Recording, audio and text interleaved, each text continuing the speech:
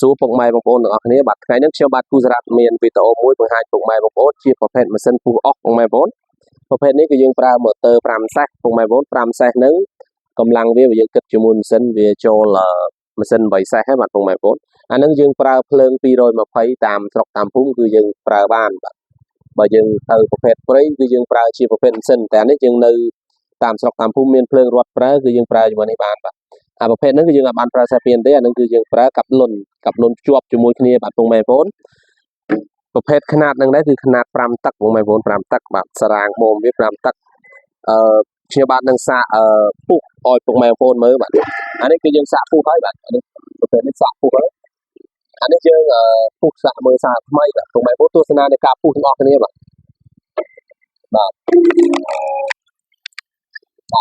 ซีพอยตรงไม้โพนซีพอยเลยประเภทนี้เป็นซีพอยแบบ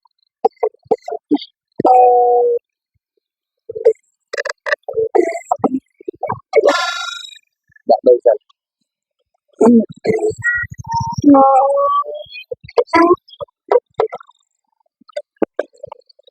và đặc biệt đấy thì như khu